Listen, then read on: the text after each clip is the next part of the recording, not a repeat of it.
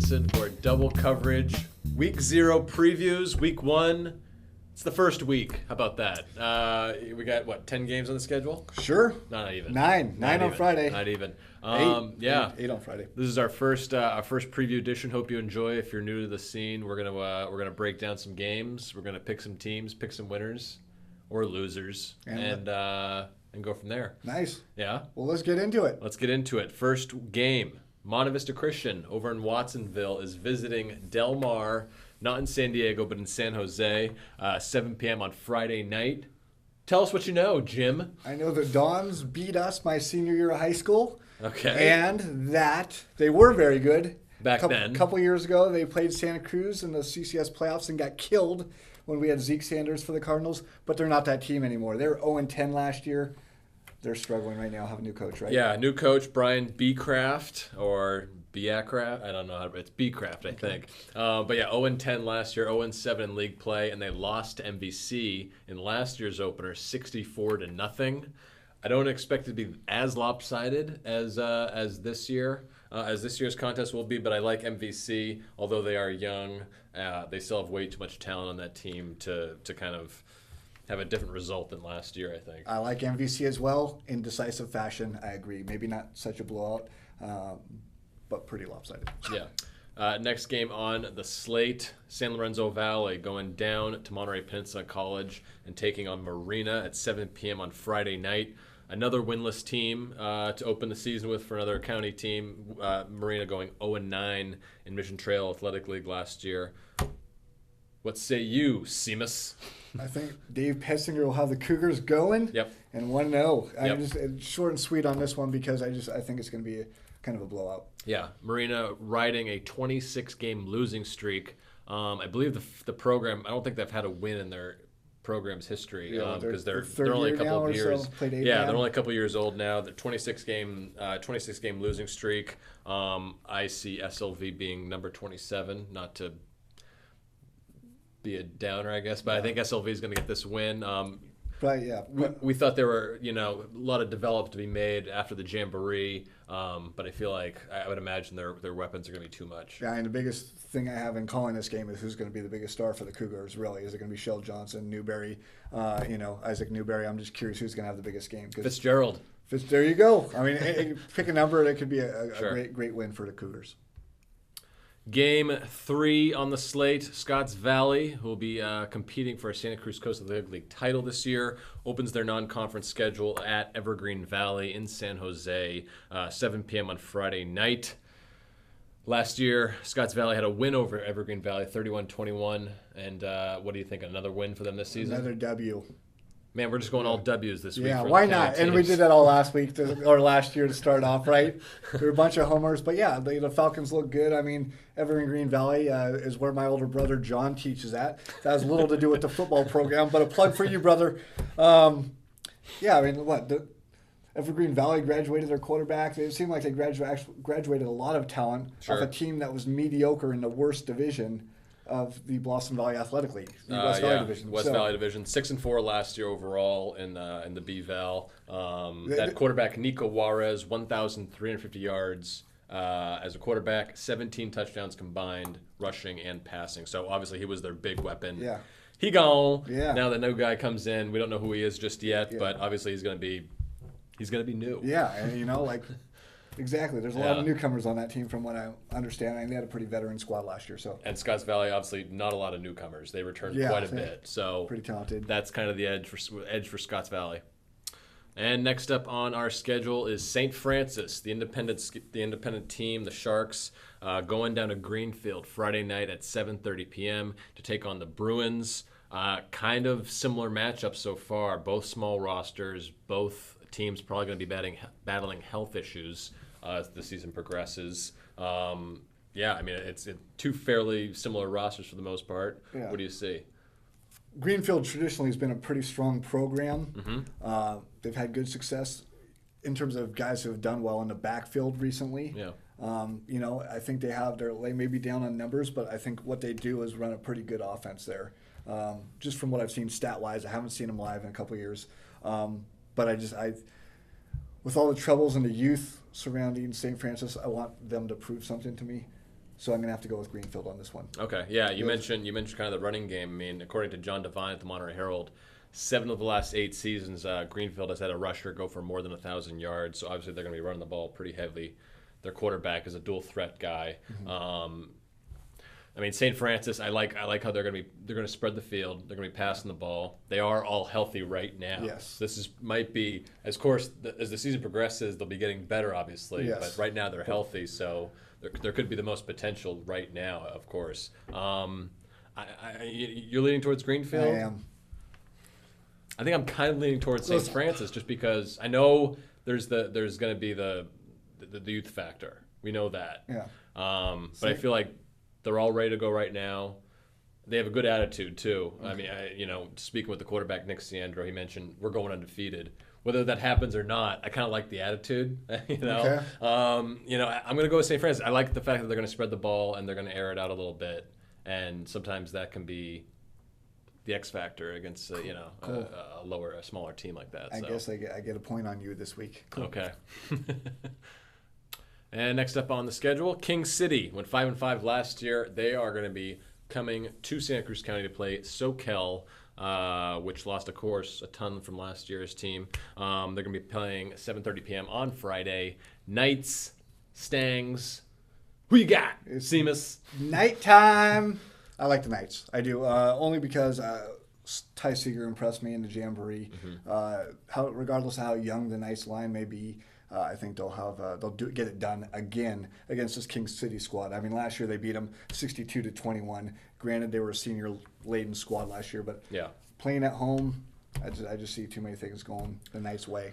I'm going to teeter towards King City, just because, and I said this in the Jamboree wrap-up that we did, I just don't know what to expect just yet from Soquel based on what they lost. They impressed me a bunch. From the Jamboree, I thought they were pretty solid. But what you've seen from King City thus far is impressed you more. Okay. No, I mean they just have a lot coming back. DeAndre Sharif. I remember last season when they played, I believe St. Francis. I think that was the game that I covered.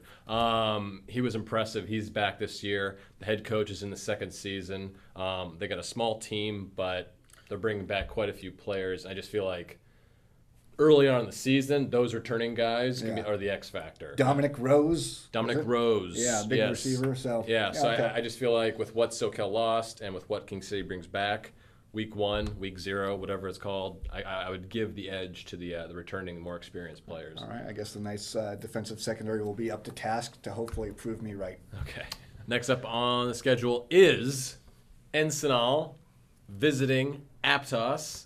And, of course, these two teams played last year in Encinal, and Aptos did not escape with the victory. Nope. They lost 12-11. Ouch. Convincing defeat. Now they're playing in Aptos on Friday night, 7:30 p.m. Who you got, Seamus? I don't know. I mean, why not go? You always go like Aptos is favored in the league this year. They're the defending champion. Well, Encinal beat them last year. 2-time. So it may have been a point, but why not go with Encinal? I know absolutely nothing about them aside that they'll run the spread once in a blue moon and they run a double type package and will go on an I formation and do a little bit of everything pretty much. So I've been told by Randy Blankenship that they have 2 quality quarterbacks over at Encinal, and they're pretty stacked at the skill position. Too bad you can only play one, Oh, snap! That's one of your lines. Yes. I mean, and I haven't seen Encinal as well.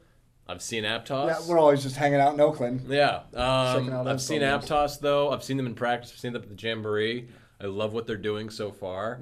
I love the offense. It's flying right now. It feels like it's in midseason form. It feels a lot faster already than it did at most points, I would say, last season. So I think Alex Joe has a good hold on the offense right now. And I feel like even though they don't return much from last year's team, some of those guys in that team, and Joe was on that team, know of a 1-point loss and what that feels like early in the season. Yeah, and they also know that they have several call-ups from a JV team that went 9-1. So there's no doubt that Aptos is stacked. Yeah. But I go with the team that won last sometimes. Sometimes, not all the time. So I'm going with Encinal. I'm going to go with the team that went to the CCS Finals and is a 2-time defending league champion. I'm going with Aptos. And next up, Watsonville visiting Pacific Grove. Nice. Is that dramatic enough? Friday night, 7:30 p.m. Pacific Grove, of course, is a CCS qualifier from a year ago. Watsonville is not, but they are a second-year coach. The learning curve is down. What do you think? I think that Pacific Grove has an excellent, excellent snack bar. They have calamari, they have clam chowder, they have everything. That's the place to go. The winner in this game is the fans. But Okay, otherwise, I have alright. to, I kind of like Pacific Grove playing at home. I mean, they're a pretty veteran bunch where Yeah. it matters. Yeah. Quarterback, pretty key. And as Coach John Montante said, the best name in high school football. You want to? I'll do the drum roll. You say the name. No, I'll say the name. I got a good drum roll already. Jake Speed. Great running back name for the Yeah. Bakers. And is he fast? Sure. Let's assume so. Yeah. If he's not, it's Yeah. a terrible name. Then. Yeah.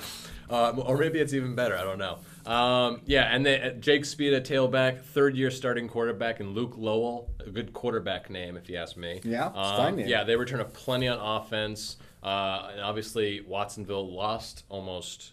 I wouldn't say plenty on offense, but they lost their two big guys, their two-headed monster, and Eddie Mares and Roger Contreras. They did. Who scored 1,000 touchdowns and ran for 1 billion yards last year. Mm-hmm. They're gone. So the offense is improving. The defense right now is kind of leading the way for Watsonville. But can they stop Jake Speed? Can they stop Jake Speed and like Luke Lowell? I kind of like PG as well, just like with what they have returning. And obviously, PG's defense, I guess, isn't, at least toward the end of the last season, it wasn't very strong. So it might be a good game for Watsonville's offense to get going a little bit. But overall, at least in this game, I like PG as well. Yeah. Not only because of running back Jake Speed, the need for speed. They also have fog power going on there. Fog rolls in. Will Watsonville be able to pass? Are they used to those conditions? Who knows? Once again, Pacific Grove. I was really hoping a player was named Fog Power. No. In the last Friday game, 7:30 p.m. at Santa Cruz High, PV, Pajaro Valley, visiting the Cardinals at 7:30 at Santa Cruz High. I'm repeating information at this point. I feel like this is the most intriguing game of the night, aside from being two local teams, two county teams. From what we saw at the Jamboree last week, I feel like PV wasn't showing everything that they can do, and I feel like Santa Cruz, I don't know what we were expecting them to run. They passed. Yeah. When we expected them to pass, I don't know what to expect out of Santa Cruz at this point either. Yeah. Well, they're playing at home. Yeah. And Well, we know that. they're saying they're going to pass. Yeah. So, why won't they?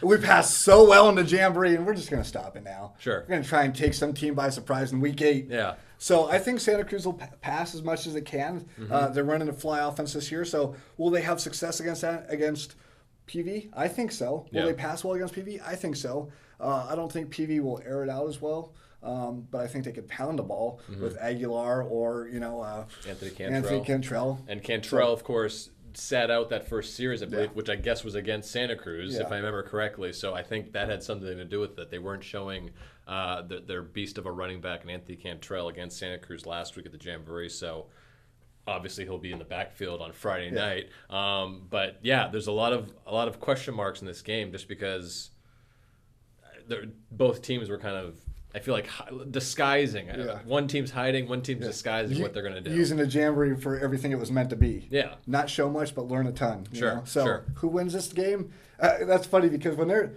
they scrimmaged, and there's some chittering and chattering going back and forth. Some late hits and receivers on the ground and the cornerback talking. So this game is going to be full of passion. So what are we going with? What are you going with? I'm going to have to go with the Cardinals. Really? Sorry, Joe. Coach Joe Gregorio. I'm sorry. I mean, I just feel like I'm leaning towards Santa Cruz as well, even though I love PV's.